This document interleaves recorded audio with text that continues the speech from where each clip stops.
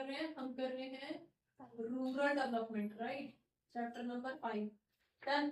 अभी तक हमने क्या क्या किया था? रूरल डेवलपमेंट होता क्या है, रूरल डेवलपमेंट होता कैसे है, एडुकेशन और ये सारी सपोर्ट पॉलिसीज वगैरह हमने सब की थी, राइट, आपके सिलेबस के अकॉर्डिंग। और इसके अंदर हमने फिर एग्रीकल्चरल मार्केटिंग पढ़ी थी। एग्रीकल्चर मार्केटिंग होती क्या है, और एग्रीकल्चरल मार्केटिंग के बेस पे हमने कुछ इसके इम्प्रूवमेंट्स पढ़े थे कि किस बेसिस पे इनमें इम्प्रूवमेंट किया जा सकता है। और अब हम फाइनली आ रहे हैं कि रूरल एरिया के अंदर एग्रीकल्चर एक्टिविटीज को, या अभी तक हम क्या मान के चल रहे हैं कि सिर्फ एग्रीकल्चर एक्टिविटी होती है रूरल एरिया के अंदर, लेकिन ऐसा नहीं है, और भी बहुत सारी एक्टिविटीज होती है जिसको आप गाँव में रह के ज्यादा अच्छे से कर सकते हैं। ठीक है, तो अब सिर्फ खेती ना करके आप कहाँ चल रहे हो, किसी दूसरे ऑप्शन की तरफ, अपने लाइवलीहुड की तरफ आगे बढ़ रहे हो, उसको बोला जाता है डाइवर्सिफिकेशन। कि आप अपने बेस एक्टिविटीज से चेंज करके कुछ और कर रहे हो और उस एक्टिविटी से पैसा कमा रहे हो, दैट इज डाइवर्सिफिकेशन। समझ में आ गया? तो हम यहाँ पे जो पॉइंट करने जा रहे हैं that is diversification. Clear? Meaning समझ में आ गया? डाइवर्सिफिकेशन का मतलब है चेंज, आप चेंज कर रहे हो। अब रूरल एरिया के अंदर हम बात कर रहे हैं, तो रूरल एरिया के अंदर जो आपकी इकोनॉमिक एक्टिविटी है उसको चेंज करके कुछ और करने जा रहे हो। मेन ऑक्यूपेशन रूरल एरिया का क्या है? एग्रीकल्चर। तो एग्रीकल्चर से स्विच करके कुछ और करने जा रहे हो, या उस अगर एग्रीकल्चर भी कर रहे हो तो उसमें भी कुछ और चेंज करने की कोशिश कर रहे हो, राइट। डाइवर्सिफिकेशन का मीनिंग समझ में आ गया क्यों करना पड़ रहा है डाइवर्सिफिकेशन?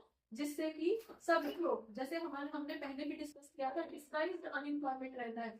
तो अगर फैमिली के अंदर 10 लोग हैं तो 10 लोग में से खेती में से 4 लोगों की जरूरत थी, ठीक है, तो 4 लोग तो ऑलरेडी इंगेज हैं, ठीक है, लेकिन बाकी के 6 जो वहां पे डिस्गाइज्ड अनएम्प्लॉयमेंट नजर आ रहा था, वो 6 लोग कुछ और एक्टिविटी करके पैसा कमा सकते हैं। तो अगर वहां पे अर्निंग बढ़ेगी तो होगा क्या? उनका जो डिस्गाइज्ड अनएम्प्लॉयमेंट है वो खत्म हो जाएगा, कंट्री के अंदर एम्प्लॉयमेंट बढ़ेगा, उन लोगों को भी एम्प्लॉयमेंट मिलेगा जो अभी तक डिस्गाइज के अंदर आ रहे थे, लोगों की लिविंग स्टैंडर्ड बढ़ेगा, लोगों की पर कैपिटा इनकम बढ़ेगी, लोगों का पैसा आएगा तो फिर एजुकेशन इंक्रीज होगी, बेटर हेल्थ फैसिलिटीज ले पाएंगे। और अगर हम कंट्री एज अ होल की बात कर रहे हैं तो कंट्री क्या होगी? कंट्री के अंदर जो है सारा डेवलपमेंट कहाँ से? रूरल एरिया से, जिसको हम बैकवर्ड मान के चल रहे हैं, वहां से डेवलपमेंट होना शुरू हो जाएगा। तो from the corners of the country का साइमल्टेनियसली डेवलपमेंट होना शुरू हो जाएगा। इसलिए रूरल डेवलपमेंट के अंदर डाइवर्सिफिकेशन एक इंपॉर्टेंट पॉइंट होता है। समझ में आ गया डाइवर्सिफिकेशन क्यों चाहिए? डन। अब ये जो डाइवर्सिफिकेशन है ये दो तरह से होता है। फर्स्ट, या तो आप क्रॉप को ही रोटेट कर दो, क्रॉप डाइवर्सिफिकेशन, ठीक है, मतलब कि क्रॉप रोटेशन आप यहाँ पे कर सकते हो। क्लियर? क्रॉप को रोटेट कर रहे हो। देन या फिर आप अदर देन क्रॉप, मतलब यहाँ पे क्या हो गया? विद एग्रीकल्चर हो गया कि एग्रीकल्चर ही कर रहे हो लेकिन एग्रीकल्चर के अंदर डाइवर्सिफिकेशन कर रहे हो, ठीक है। और दूसरा आपके पास हो जाएगा other than agriculture. Other than agriculture meaning क्या है?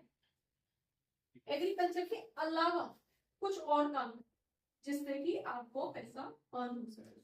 अब जैसे एग्रीकल्चर में डाइवर्सिफिकेशन हो रहा है तो इसका मतलब क्या है? क्रॉप डाइवर्सिफाई होना चाहिए। क्रॉप क्या है? पहले इस मीनिंग को समझो फिर इंग्लिश लैंग्वेज पे चलेंगे। यहाँ सॉरी, यहाँ पे आपसे लाइक कोई भी है, इस बार आपने कौन सी फसल उगाई है?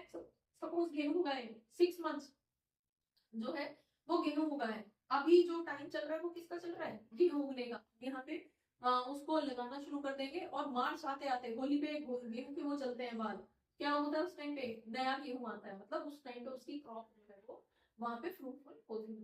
देन उसके बाद में नेक्स्ट 6 मंथ्स क्या होगा? नेक्स्ट वो तो वहां पे उस टाइम पे कट जाएगी, मार्च अप्रैल में कट कट के खत्म हो जाएगी। देन अगला जो रोटेशन आ रहा है, फिर आप गेहूं नहीं लगा रहे हो, फिर आप कुछ और लगा रहे हो। समझ में आ गया? फिर आप चावल उगा रहे हो उसी जमीन में, प्लॉट एक ही है, खेत एक ही है, फील्ड एक ही है। डन। पहले 6 मंथ्स में आपने क्या उगाया? कुछ और उगाया है। डन। तो उसको जो भी नेसेसरी न्यूट्रिएंट्स मिट्टी से लेने थे दे दिए। अब मिट्टी के अंदर कोई न्यूट्रिएंट नहीं है लेकिन बाकी दूसरे न्यूट्रिएंट तो है ना। तो अब हम राइस उगाएंगे तो राइस को जो दूसरे न्यूट्रिएंट चाहिए वो उसको एब्जॉर्ब कर लेगी। तब तक वो गेहूं वाले न्यूट्रिएंट्स मिट्टी के अंदर डेवलप हो जाएंगे। इस तरह से मिट्टी जो है बार बार रिन्यू होती रहेगी और आपके पास जो है एक बेटर प्रोडक्टिविटी निकल के आती रहेगी, और साल में आपने 2 बार प्रोडक्शन ले लिया उस जमीन से। क्लियर हो गया? ठीक है। अब इसी के अलावा भी जैसे कि हमारा खेत है, आपने कई बार देखे होंगे बीच में खेत है और उसके चारों तरफ वो बड़े वाले पेड़ यूकेलिप्टस जिसको बोलते हैं वो उगे हुए होते हैं, इतने बड़े बड़े ऊंचे ऊंचे पेड़ क्यों? बहुत मजबूत लग रही है। ठीक है। अब वो जो है आगे जितने भी आपके ये जो बनते हैं आपके टिम्बर वगैरह बनते हैं उसमें काम आती है। स्ट्रेट लकड़ी होती है ना एकदम सीधे, वो कहाँ पे काम आती है? आपके टिम्बर पे काम आती है पर जब घर बन रहा होता है। डन। तो ऐसे केस में फिर वहां पे उसके लिए उस लकड़ी को उगा देते हैं, तो एक एक पेड़ जो है लाखों रुपए का बिकता है। उगने में 3-4 साल लगते हैं, बड़ा उतना बड़ा होना एक ही दिन में नहीं हो जाता, उतना बड़ा लगते हैं। लेकिन हुआ क्या, बीच में तो आप हर टाइम हर साल साल में 2 बार उसको रोटेट करते जा रहे हो, बीच में से तो आप उगा ही रहे हो, लेकिन उन पेड़ों को कहाँ लगा रखा है आपने? कोने पे लगा। तो 3-4 साल में वो पेड़ उग के बड़े हो जाएंगे, फिर वो भी आपको रेवेन्यू देके जाएंगे। ठीक है। वो कटेंगे फिर आप कुछ और लगा दोगे, फिर अगले 2-3 साल में फिर से रोटेशन हो जाएगी। तो वो क्या है, हर चीज रोटेट हो रही है। उसी एग्रीकल्चर में उसी जमीन में क्या कर रहे हो आप? क्रॉप को रोटेट कर रहे हो। समझ में आ गया? क्लियर हो गया? तो that is known as crop rotation, जिसको हम डाइवर्सिफिकेशन ऑफ क्रॉप प्रोडक्ट बोलते हैं। डन। इसको हम क्या बोलते हैं? Diversification of crop products. Done. Clear है? आपने क्रॉप ही कर रहे हो, खेती ही कर रहे हो, लेकिन खेती के अंदर भी आप क्या कर रहे हो? चेंज कर रहे हो। डन। आगे बढ़े। चलिए अब हम आ जाते हैं other than. Other than agriculture का मतलब क्या है? आप क्रॉप ही नहीं उगा रहे हो, आप कुछ और उगा रहे हो। जमीन वही है, रिसोर्सेज वही है, लेकिन आप खेती ना करके, आप वही रूटीन वाली खेती ना करके कुछ और ऐसा उगाने की कोशिश कर रहे हो जिससे आपको ज्यादा रेवेन्यू होगा। डन। यहाँ पे आपने क्या किया था? गेहूं, फिर चावल, कभी मशरूम उगा लिया, कभी कुछ और उगा लिया, तो यहाँ पे आप क्रॉप कर रहे थे। लेकिन यहाँ पे आप क्या है, आप खेती नहीं कर रहे हो, अब आप यहाँ पे कुछ और ऐसी चीज उगाओगे, कुछ और ऐसी एक्टिविटी करोगे जो उसी जमीन में ही होगा, लेकिन आपको ज्यादा अच्छा रिटर्न देके जाएगा। ठीक है। मतलब सिर्फ खेती नहीं है वहां पे ऑप्शन, वहां पे और भी बहुत सारे ऑप्शंस हैं जिनके थ्रू एक रूरल एरिया के अंदर रह के वहां पे अपना लाइवलीहुड अर्न किया जा सकता है। ठीक है। यूथ के लिए वहां पे भी बहुत सारे ऑप्शंस अवेलेबल हैं। अभी आप देखते हो कोई आईआईटी से करा हुआ है, कोई किसी से करके आया है, कोई फॉरेन कंट्री से जॉब करके आया है कितने साल, और अब वो कहाँ पे, उन्होंने गांव में किसी एरिया में उन्होंने खेती की जमीन खरीदी और वहां पे ऑर्गेनिक फार्मिंग कर रहे हैं, और वो बिलियनियर मिलियनियर बन चुके हैं। क्यों? क्योंकि डिमांड तो उस चीज की है मार्केट के अंदर, प्योर प्रोडक्ट बचा नहीं है। ठीक है। तो अब वो लोग भी आगे वापस खेती की तरफ वापस आ गए और टेक्नोलॉजी के साथ आ रहे हैं। तो इससे हो क्या रहा है? इससे डेवलपमेंट कंटिन्यू हो रहा है, रूरल डेवलपमेंट। क्लियर? आगे बढ़े। चलिए जी, अब इसके अंदर हमारा नॉन फार्मिंग एक्टिविटीज हैं कुछ जिनके बेस पे हम अपने रूरल एरिया को डेवलप कर सकते हैं। कौन सी वाली एक्टिविटीज है ये? इसको हम क्या बोलते हैं? Non farming activities. Done. Clear हो गया? अब नॉन फार्मिंग के अंदर हम क्या कर सकते हैं? हम एनिमल हस्बेंड्री कर सकते हैं। मीनिंग क्या है इसका? पशुपालन। उसी जमीन में, उसी खेत वाले प्लॉट में आप क्या कर रहे हो? आप गाय पाल रहे हो, डेयरी। ठीक है। आप जो है भैंसे पाल रहे हो, आप पिग्स पाल रहे हो, क्योंकि आप चिकन्स पाल रहे हो। ठीक है। तो ये सब क्या है? ये वो एनिमल्स हैं जो आप पाल रहे हो, वो या तो दूध के काम आ रही है, या उनकी जो है उनका मीट जो है आगे प्रोसेस किया जा रहा है, और दोनों की डिमांड मार्केट के अंदर बहुत ज्यादा है। क्लियर हो गया? एनिमल हस्बेंड्री क्या होता है? एनिमल हस्बेंड्री किसी भी एनिमल को आप पाल रहे हो, उसको फीड करा रहे हो, एक लाइव स्टॉक। इसका मीनिंग क्या है? इसके अंदर क्या आता है? आप लाइव स्टॉक पाल रहे हो। ठीक है। लाइव स्टॉक मतलब जिंदा मटेरियल पाल रहे हो आप। ठीक है। और उसको ग्रो करा रहे हो, प्रोसेस करा रहे हो, और तब डिलीवरी कर रहे हो, मार्केट के अंदर उसकी डिमांड है। तो गांव में रह के आप ये काम भी कर सकते हो। नेक्स्ट आपके पास आ जाता है डेयरी प्रोडक्ट्स। डेयरी प्रोडक्ट्स आपके पास क्या क्या है? डेयरी।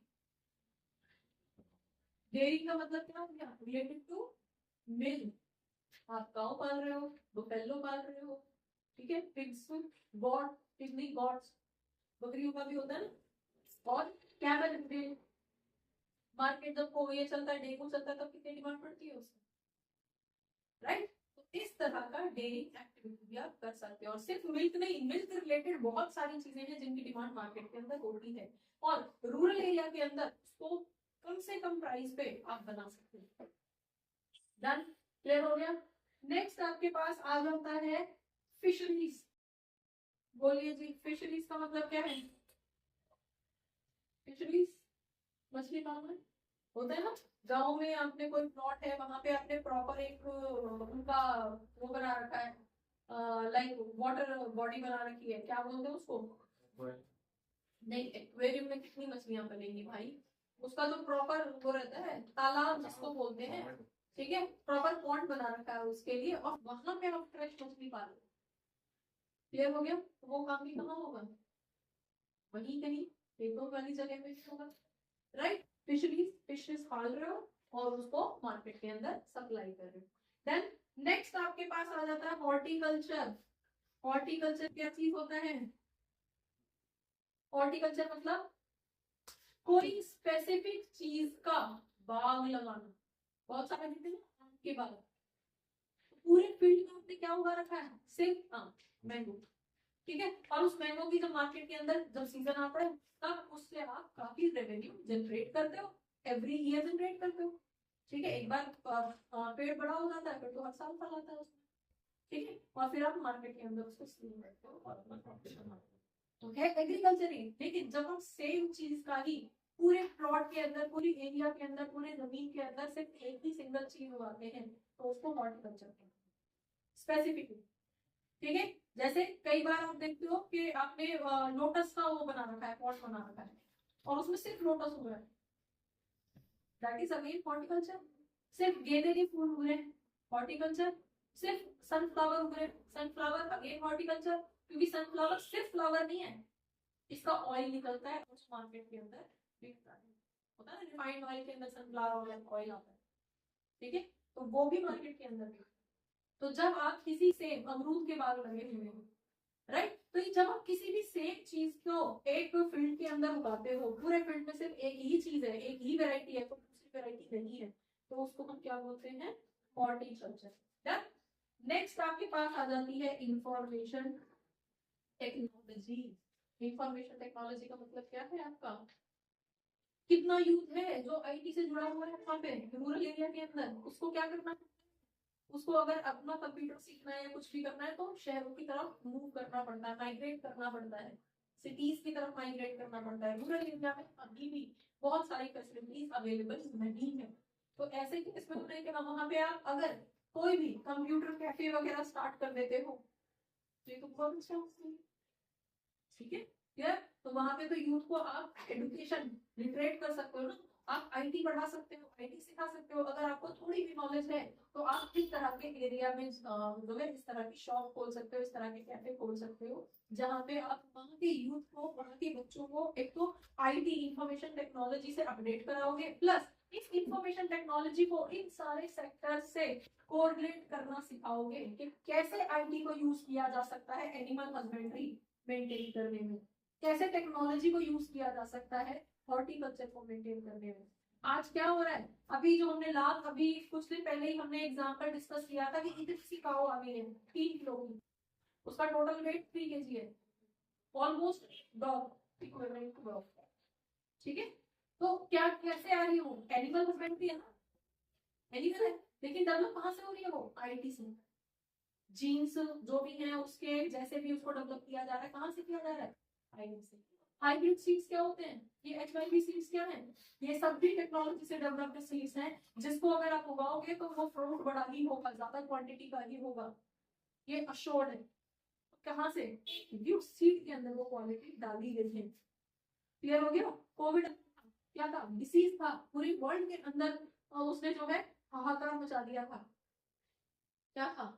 आईटी था, टेक्नोलॉजी थी। टेक्नोलॉजी थी ना, लैब में उसे टेक्नोलॉजी से ही तो वो कर रहे थे, प्रोसेस कर रहे थे। लीक हुआ या जानबूझ के लीक किया, जो भी था, दिखाई भी नहीं दे रहा था आंखों से, लेकिन प्रोसेस कैसे हो रहा था? टेक्नोलॉजी से। तो इस टेक्नोलॉजी को रूरल डेवलपमेंट के लिए किस किस तरह से यूज किया जा सकता है, याद क्लियर हो गया? डन। तो ये सारी चीजें जो है यहाँ पे आपके पास इस अदर है वो है। Done, clear? आगे बढ़े। जो इसके अंदर डिटेल लिखा गया है वो सब यही है जो हमने सब डिस्कस किया है। डन। नेक्स्ट आ जाते हैं। अब हमारे पास नेक्स्ट पॉइंट आ जाता है ऑर्गेनिक फार्मिंग। मीनिंग क्या है इसका? ऑर्गेनिक फार्मिंग, ऑर्गेनिक फार्मिंग का मतलब क्या है? वो फार्मिंग जो ऑर्गेनिक तरीके से की जा रही है। मीनिंग क्या हुआ इसका? जिसके अंदर कोई भी केमिकल फर्टिलाइजर यूज नहीं किया जा रहा है, वही पुराने तरीके से दोबारा खेती की जा रही है, जिसमें हम जो भी एनिमल मैन्यूर यूज कर रहे हैं, गोबर की खाद यूज कर रहे हैं, हम कोई भी यूरिया, कोई भी फर्टिलाइजर, कोई भी केमिकल यूज नहीं कर रहे हैं। आज के टाइम पे जो मार्केट के अंदर प्रोडक्ट भरे पड़े हैं वो किसके नाम पे हैं? आजकल तो फेस वॉश भी आ रहा है, तो उसपे भी लिख के आ रहा है, उसको भी एडवर्टाइज की जा रही है ऑर्गेनिक है। वहां क्या है? प्रोडक्ट भी बनाते हैं और पेड़ भी उगाते हैं, पूरी तरह से ऑर्गेनिक। क्या चीज है ये सब? तो क्या है, ऑर्गेनिक के नाम पे आज के टाइम पे इतनी बड़ी मार्केट है। तो अभी फिलहाल हमने क्या किया था? हम ऑर्गेनिक ही करते थे, हम पूरी तरह से नेचर पे डिपेंडेंट थे। बारिश आएगी, खेती होगी।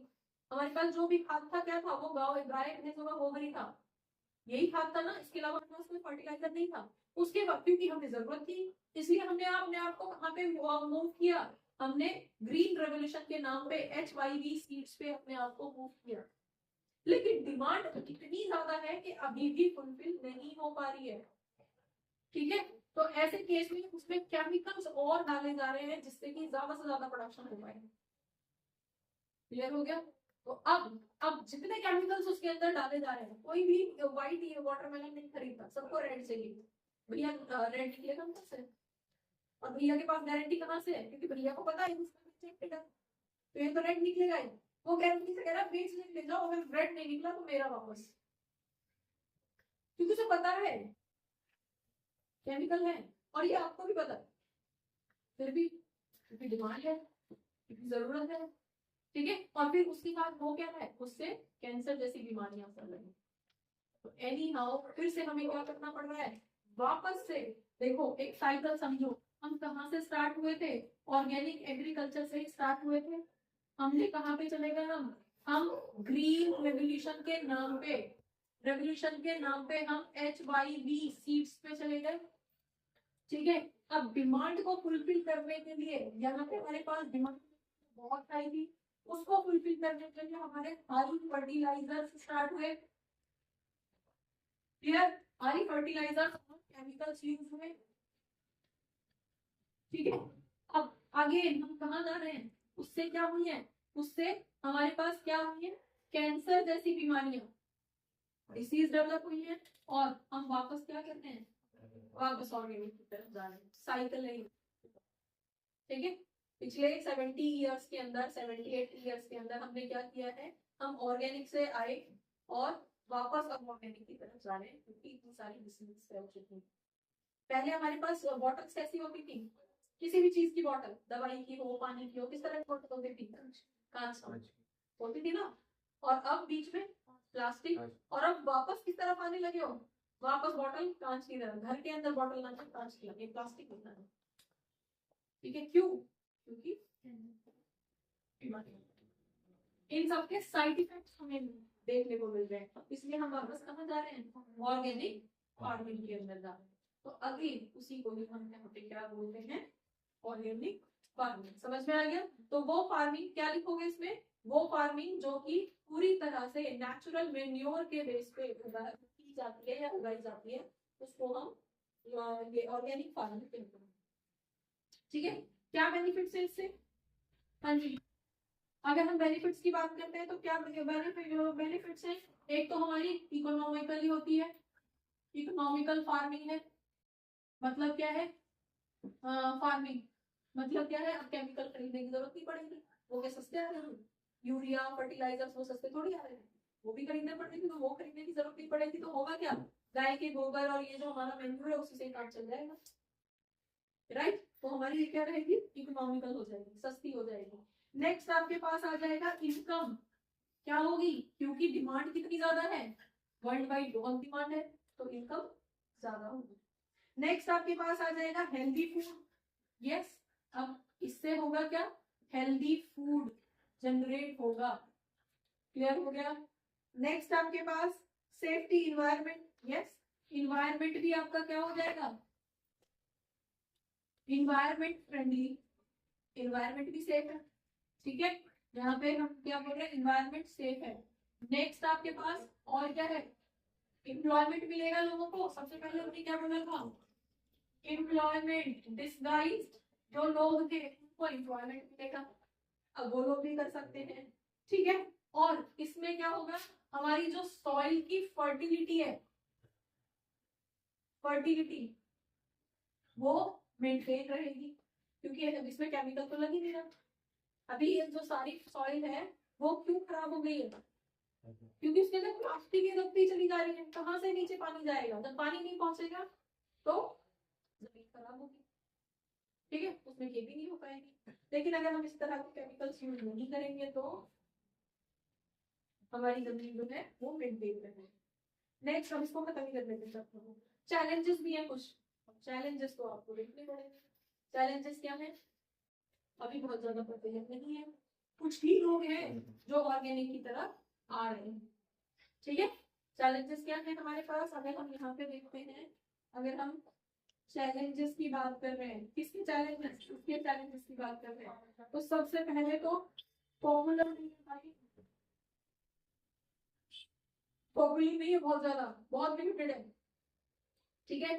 नेक्स्ट आपके पास आ जाएगा इंफ्रा नहीं है हमारे पास, इंफ्रा नहीं है, इंफ्रा कम है, टेक्नोलॉजी से हम यूज तो करने की कोशिश कर रहे हैं, ठीक है। इतने बड़े खेत में जिसमें हम HYV सीड्स उगा के हम 1000 टन का प्रोडक्शन कर सकते थे, उसमें अब कितना हो रहा है, जब तुम मिट्टी की खाद लगाओगे, जब तुम ये गोबर की खाद लगाओगे, मैन्योर नेचुरल यूज करोगे, तो कितना प्रोडक्शन होगा, प्रोडक्शन कम होगा, क्योंकि प्रोडक्शन कम था तभी तो हमने HYV सीड्स इंट्रोड्यूस किए थे, प्रोडक्शन ही तो बढ़ाना था, समझ में आ गया। तो हमारे पास होगा क्या, और उसके लिए जगह कितनी चाहिए, उसी प्लॉट से पक्का हो रही है, तो अगर आपको वही 1000 टन का प्रोडक्शन चाहिए तो अब आपको जगह ज्यादा चाहिए, ठीक है, क्लियर हो गया। और अभी आप पूरी तरह से नेचर पे डिपेंडेंट नहीं रह सकते, आपको एक प्रॉपर उसका इरिगेशन फैसिलिटी डेवलप करनी पड़ेगी, ठीक है। चलिए नेक्स्ट आपके पास यहाँ पे आ जाएगा, प्रोडक्शन जो है वो क्या रहेगा, प्रोडक्शन आपका लो रहेगा, तो सेम मैनर में यील्ड भी आपका लो ही रहेगा, यील्ड मतलब प्रॉफिट, ठीक है, क्लियर हो गया। तो ये इसके कुछ ड्रॉबैक्स हैं।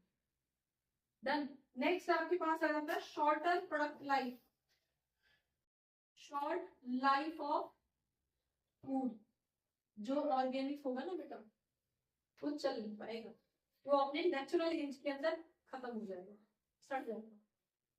नेचुरल दूध जो आपके घर में आता है पी रहे हो, वो कितने दिन चलता है, सिंपल बताओ जरा, 2 दिन, ठीक है, फ्रिज में रख रहे हो आप तो भी 2 दिन से ज्यादा तो नहीं चल सकता, ठीक है। और पैकेटों में कितने दिन का आता है, क्या वो 2 दिन में तक पहुंच जाता है, मिनिमम उसको 3 डेज 4 डेज लगते हैं आप तक पहुंचने के मिनिमम, तो कैसे चलता है, क्योंकि वहाँ पे केमिकल यूज हो रहे हैं, लेकिन यहाँ पे क्या है, यहाँ पे केमिकल यूज नहीं होंगे, तो इसकी लाइफ जो है वो बस यही आपका जो है और evolution of rural development, evolution कहाँ से हुआ, डाइवर्सिफिकेशन पे हमारा स्ट्रेस ज्यादा है, क्योंकि पॉपुलेशन ज्यादा है, लोग ज्यादा हैं, डिमांड ज्यादा फुलफिल करनी है, तो अगेन हम रूरल डेवलपमेंट करना चाहते हैं, क्रिटिकली इसको कैसे एक्सप्लेन करोगे, रूरल डेवलपमेंट करना चाहते हैं, हम ऑर्गेनिक उगाना चाहते हैं, लेकिन ऑर्गेनिक को खरीदने वाले लोग कितने हैं, जितना हम खरीद पाते हैं, क्योंकि महंगा है, तो पॉपुलेशन नहीं खरीद पा रही है ना, तो उसके लिए उनकी डिमांड फुलफिल करने के लिए हमें ये केमिकल यूज करने पड़ रहे हैं, जांच में हुए भी हमें ये करना पड़ेगा। बच्चों होपफुली बहुत सारे डाउट्स इस क्लास से रिलेटेड, इस टॉपिक से रिलेटेड आपके क्लियर हुए होंगे इस क्लास को देखने के बाद में। अगर रियली आपके कुछ डाउट्स क्लियर हुए हैं, आपको ये क्लास अच्छी लगी है, तो आप इसको लाइक करिए, सब्सक्राइब करिए और अपने फ्रेंड्स के साथ शेयर करिए। Thank you for watching. Keep watching, keep learning, and don't forget to share. Keep sharing.